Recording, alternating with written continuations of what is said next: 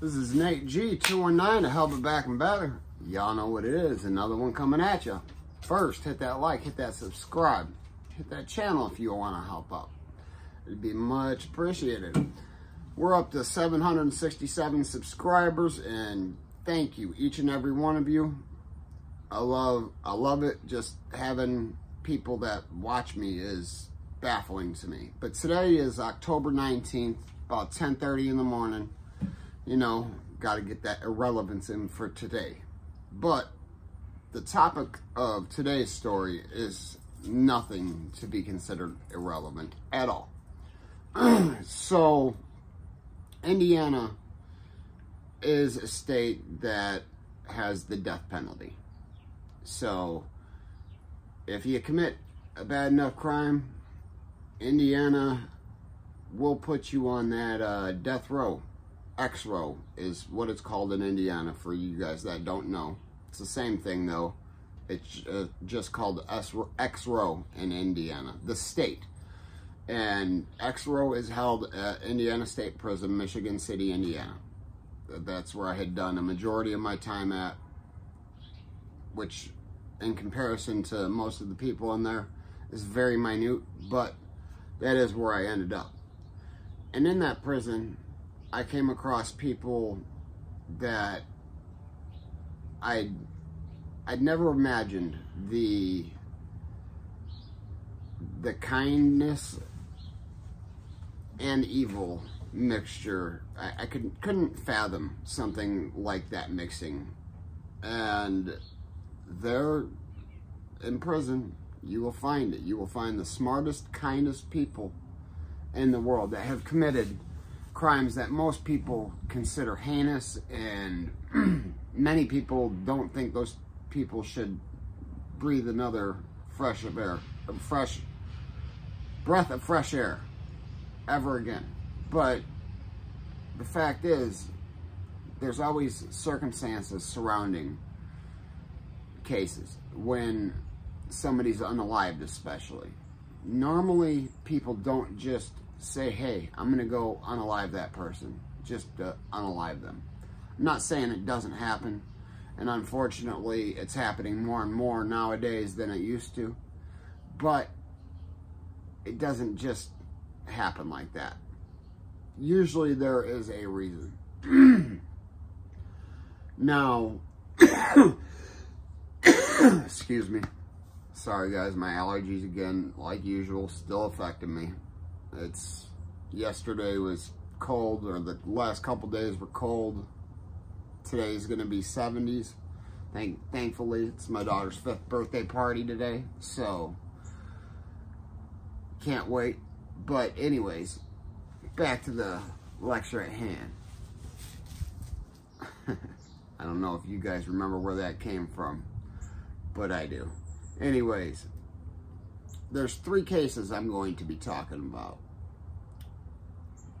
and a little bit about the penalty of losing your life in Indiana.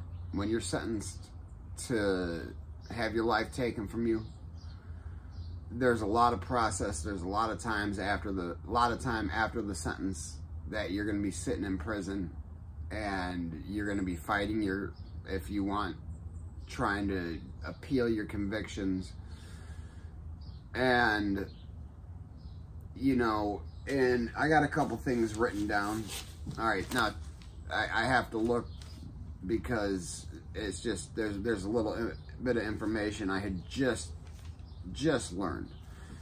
I didn't just learn this one. The last execution in Indiana happened in 2009. And since then, 15 years, it's been a lot less. In 1995, there were 51 people on X row. Today, there are 11. And in June, Indiana's governor,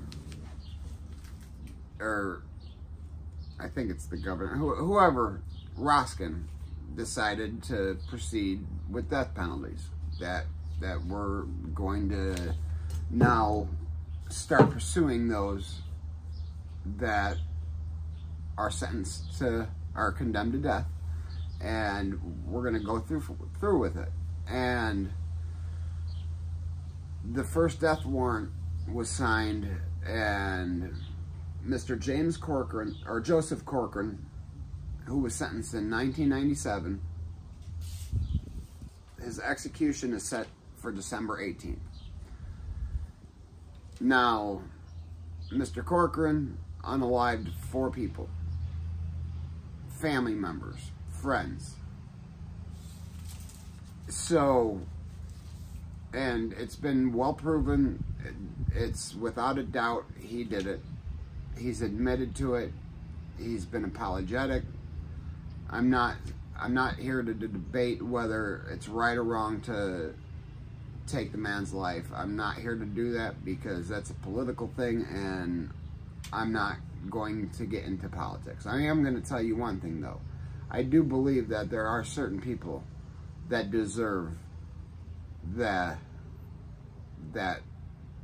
last walk, that deserve to be taken off this earth because of the crimes they've done. It's hard to get me to believe that every one of them deserve it. I can't really say Joseph Corcoran doesn't.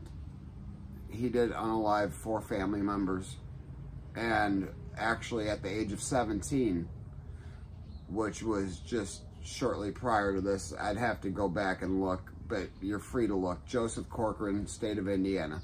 At the age of 17, he had beaten a trial for a double homicide for taking his parents' lives. He had been charged with unaliving his parents. Not convicted, charged. But I'm not here to say he did it or didn't, but not too long after, for 4 family members to be unalived, and he did it. I can't say he's worthy of the air that humans breathe, because no human with a real heart is going to commit something like that. Now, he was the first death warrant signed. The date hasn't been set for the second one. Second one, Mr. Benjamin Ritchie, for a crime in 2000. He was sentenced in 2002 to be unalived. And his death warrant was signed on October 15th. Now, I couldn't find the exact date. I will be bringing that to you when I do. But Mr. Ritchie is convicted of unaliving a police officer, Bill Toney. And my heart does go out to the Toney family, because nobody should have any loved one ripped away out of their lives like that in any way, shape, or form. But there was a police chase, and Mr. Ritchie, it was on camera, it's without a doubt, had stepped out of the vehicle, firing 4 shots, I believe is what it said, unaliving Mr. Toney. I can't say that the man deserves to live or die. I'm not here to say that. But I do know that that is one person. Yes, a police officer. And I'm not saying it's okay to kill or unalive anybody, let alone a police officer. But his warrant has been signed, so he's set to be unalived here in the next few months. I don't know, again, but this brings me to something that angers me very much so. In 2004, Mr. Fredrick Baer had committed a double homicide. He took 2 lives, a mother and a daughter, and the reason he did so was the plan he had. He was all drugged up and whatever, I don't know, it doesn't matter. He saw the woman and decided he wanted to take something from her that she just wasn't gonna give him. I'm gonna throw a picture up. As you see, he looks like a cracked out Harry Potter. Now, when he went in, he says he couldn't go through with it because there was her daughter had shown up, her little girl. I think she was 4. If I'm incorrect about the ages, I am sorry, because my heart does go out to the family of those victims. And I don't want to say the victims' names because they do not want to be brought into trial, anything whatsoever. They do not want to be, they just want this to go away. And unfortunately, because of that, because they don't want to go through this anymore, he was resentenced to life. Now, he, in an interview done on MSNBC by Trevor McDonald, had said he deserves to be unalived and that he should be put down. And basically he didn't want to cause the family any more grief, and is what they say are trying to make him seem like a pity, like, oh, I'm not going to go through trial, I'll sign this plea agreement for life in prison if you just take the death penalty off the table. First of all, he had admitted numerous times to this. On television, there's DNA, there's all sorts of undoubted proof that this man committed these crimes. Not only was he taken off of X-Row, his level went down. He's at a level 3 work facility, although it is the most dangerous prison in the state of Indiana. One of the most dangerous, it's up there, because the maximum securities are on lockdown so much that this facility is where a lot of things are happening, and the level of that facility is getting ready to become a level 4. There's everyone from level 4s to level 1s in this facility. Not always mingled together. There's different dorms for different levels and stuff like that. But I personally think this is an outrage. Fredrick Baer taken off of X-Row so he can live his life, and from what I understand, he's not having a bad time. People aren't doing what convicts do anymore. People aren't just beating them and extorting them. And apparently he stood on his own feet and fought quite a few times, probably a lot more times than I had just been told recently. But I know a couple people over there at Miami Correctional Facility. But the fact that he's a level 3, it's excuse me, I was a level 3 and I got caught selling a $20 bag of drugs. Yes, I did get in trouble in prison, but I was a level 3. I actually went to a level 4 for about a year, and that's when I was in the segregation. I was considered a level 4 inmate. How is this man ever a level 3? Life, death sentence, whatever it is. How is this man ever going to be on a lower level than somebody convicted of selling a $20 bag of drugs. That has no, it's not like I went to the hole for violence. Now, I could see if I stabbed somebody